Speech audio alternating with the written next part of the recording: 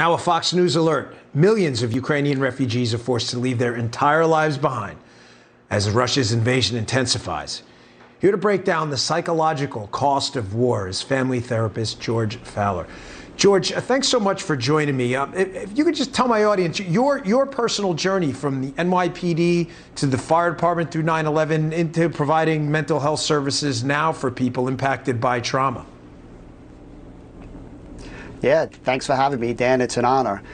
And, you know, I was a firefighter. I always liked helping people. I just thought, hey, what the heck? I'd go back to school, and I was always interested in psychology and never thought I'd ever work with firefighters and doing it. And then 9/11 happened, and bam, my world turned upside down. So I got a lot of great training on how to turn off my feelings and run towards the building.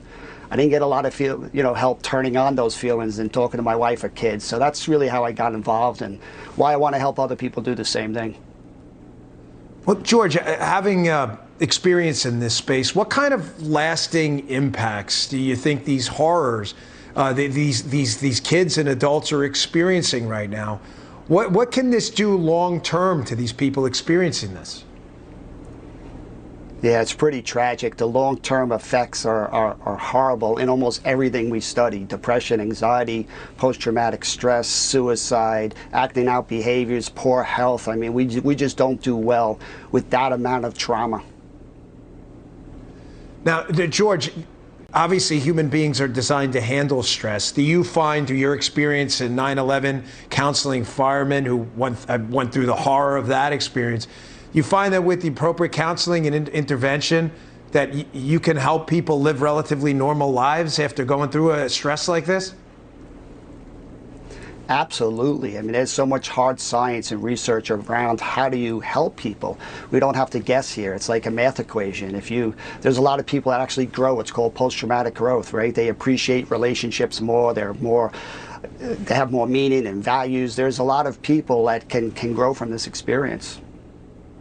George, last question for you, George. This is the first major land war where social media and instant imagery can appear on your phone or your computer in seconds, literally seconds after it happens. Does that have a hardening effect on society, looking at these horrors all day? I mean, George, really, you could immerse yourself in this all day and watch all this stuff as if you're sitting there on the street. It's terrible. Absolutely, and that's why we need to put some limits on and try to help limit that exposure. I think so many of these kids, especially in the Ukraine, their whole lives are turned upside down. Their basic resources are taken away, and we don't want to take away their coping skills, right? We need to handle stress, and sometimes that is turning off your feelings. I mean, Dan, when you were a police officer, you didn't want to, you had to run towards the bullets. You weren't expressing your feelings. So it's really about the timing of how do you help people process this? And the good news is the best way of handling stress is in relationships. It's with other people. We're not designed to face that alone. We just got to wait for the right timing of helping parents learn when to do that with their kids. George, I was really looking forward to you as a guest, and let me tell you something, you did not disappoint. Thank you for your service to the country and the fire department, the NYPD, and what you're doing now. We appreciate it. Coming up on Unfiltered. Thanks.